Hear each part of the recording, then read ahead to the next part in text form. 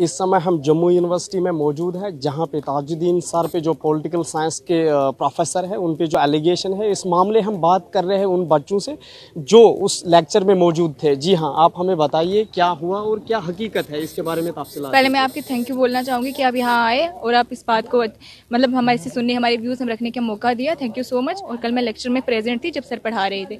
Sir का कल का लेक्चर 2 घंटे का था और जिसमें से 22 सेकंड की वीडियो उनकी अपलोड कर दी गई।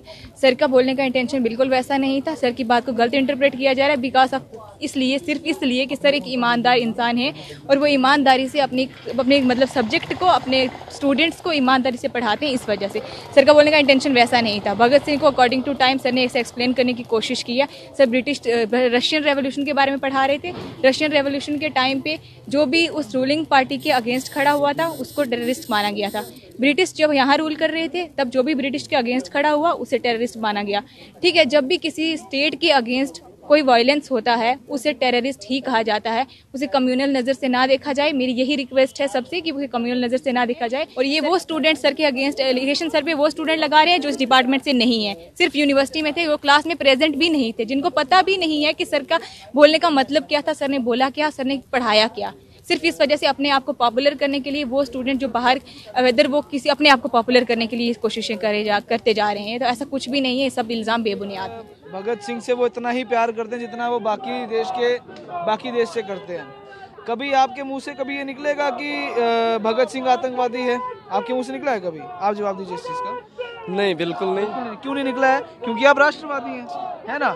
और जिसके दिल में कहीं ना कहीं 10% की भी एक गुंजाइश होगी ये मानने में कि भगत सिंह आतंकवादी था या नहीं था, तभी तो उन्होंने कहा ना कि भगत सिंह आतंकवादी है। पॉलिटिकल साइंस में सेंटीमेंट की कोई ज़रूरत नहीं है। ये देश सेंटीमेंट से चलता है दोस्तों। ये देश अगर सेंटीमेंट से नहीं चलता होता तो आज ये सारे बच्चे यहाँ पे इकट्ठा नहीं होते। प्रोफेसर साहब का ये भी कहना है कि यूनिवर्सिटी के एटमॉस्फेयर को, माहौल को तब्दील किया जा रहा है, तो इस पे आपका क्या कहना है? देखिए, यूनिवर्सिटी का माहौल हमेशा पीसफुल रहा है और अगर ये कहा जा रहा है कि हम लोग पीसफुल एटमॉस्फेयर डिस्टर्ब कर रहे हैं तो भगत सिंह को आतंकवादी कहना कितना जस्टिफाइड है? हम लोग आज तक प्रोटेस्ट में नहीं उतरे किसी भी विषय को लेके। जब हमारे नेशनल हीरो को आप आतंकवादी कहोगे तो उतरना ही पड़ेगा भैया। तो अब आपके क्या मुतालबात है? आप किन मुतालबात को लेके यहाँ पे एहतजाज कर रहे हो? एक ही चीज़ है, प्रोफेसर ताजुद्दीन को यूनिवर्सिटी ग्रांट्स कमीशन जो है वो उसको निष्कासित करे। जिस संविधान की शपथ लेकर उन्होंने प्रोफेसरशिप ज्वाइन की है, उसी संविधान की धारा 124 के तहत उनको सेडिशन के चार्ज में, भगत सिंह को अपमानित करने के चार्ज में उनको निष्कासित किया जाए उनकी नौकरियों से।